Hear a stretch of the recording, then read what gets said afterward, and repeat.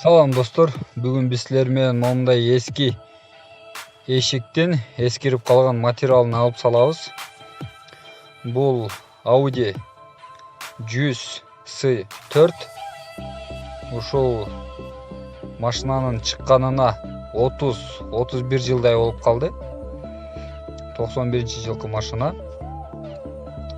Мына өзүңүздөр көрүп тургандай материалы чирип, кирдеп, аябай эле страшный болуп калган кези. Клейлери болсо укаланып, күчү кетип калган кези. Мынантип жараксыз болуп. Биз бул клейди кырып жок кылышыбыз керек да. Биз бул нерсени тазалаш үчүн бизге мындай шпатель керек. Бул шпатель менен кырсак дагы болбойт. 30 жыл болгонуна карабастан бул күчтүү, ошондуктан клейи күчтүү болгонуна байланыштуу биз момундай тряпка менен сууну колдонобуз. Тряпканы суулап, анан монтип бир аз сыгып суулашыбыз керек аябай. Ушинтип туруп, анан шпатель менен акырындап кырышыбыз керек. Абайланышыңыздар керек, анткени деген башка четиндеги кожаларга сайылып калышы мүмкүн шпательдин чети, кырларычы. Анан некрасиво болуп калат. Анан кырып атканда дагы абайлаңыздар, аябай кырылып кетпесин, оюлуп.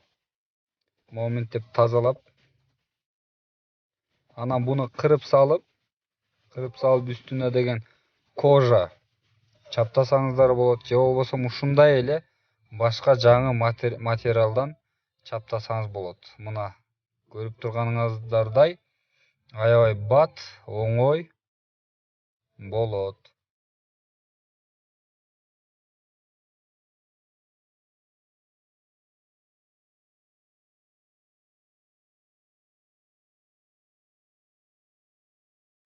Мына достор, мынантип кырылды, бирок четинде кырларында калат. Буларды дагы отёрка менен же болбосо дагы бир бычактын кырлары менен алып ташташ керек.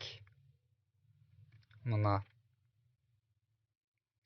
моминтип ичин тазалайбыз, жууп тазалап, эшиктин чаңып кеткенине байланыштуу.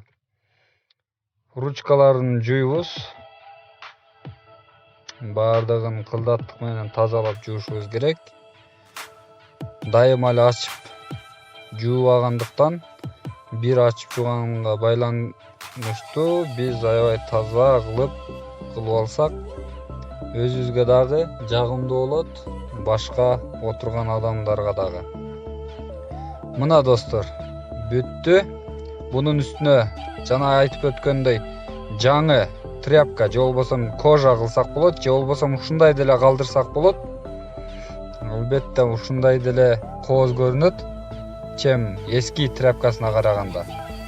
Каналга катталып, лайк басканды унутпаңыз. Көрүшкөнгө чейин саламатта туруңуз.